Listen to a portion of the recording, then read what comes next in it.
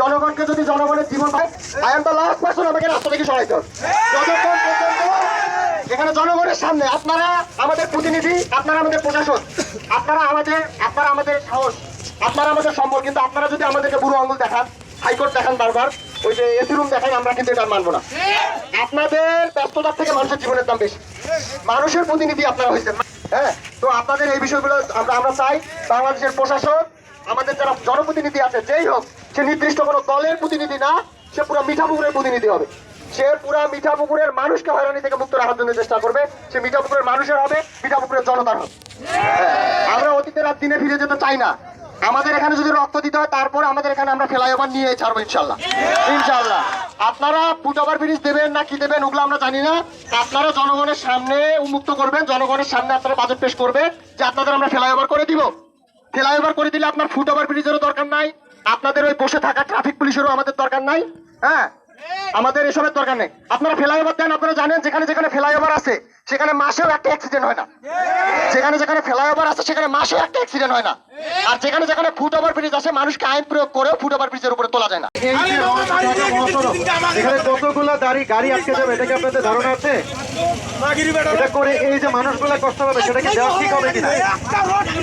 আপনাদের অভিযোগের জায়গাটা প্রশাসনের কাছে, সংশ্লিষ্ট যারা তাদের কাছে। আপনারা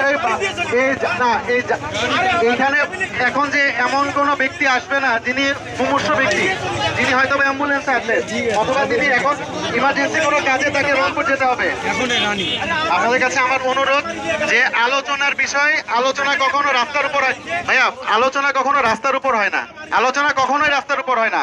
আপনারা আসেন, অফিসে আসেন, কথা বলি, সমস্যার সমাধান না হলে আপনাদের এখানে বসার সুযোগ তো শেষ হয়ে যাচ্ছে না। আমরা এখানে মানুষের হয়ে আসছি, আমরা এখানে শো অফ করার জন্য আসি নাই। আমাদের একটাই দাবি, আমরা এখানে ফ্লাইওভার চাই। আর এই দাবি আদায় না হওয়া পর্যন্ত আমরা রাস্তাতে থাকতে রাজি আছি তো ইনশাআল্লাহ। 5-7 দিন আগে এরকম একটা অ্যাক্সিডেন্ট হয়েছে, বুঝলেন নাই?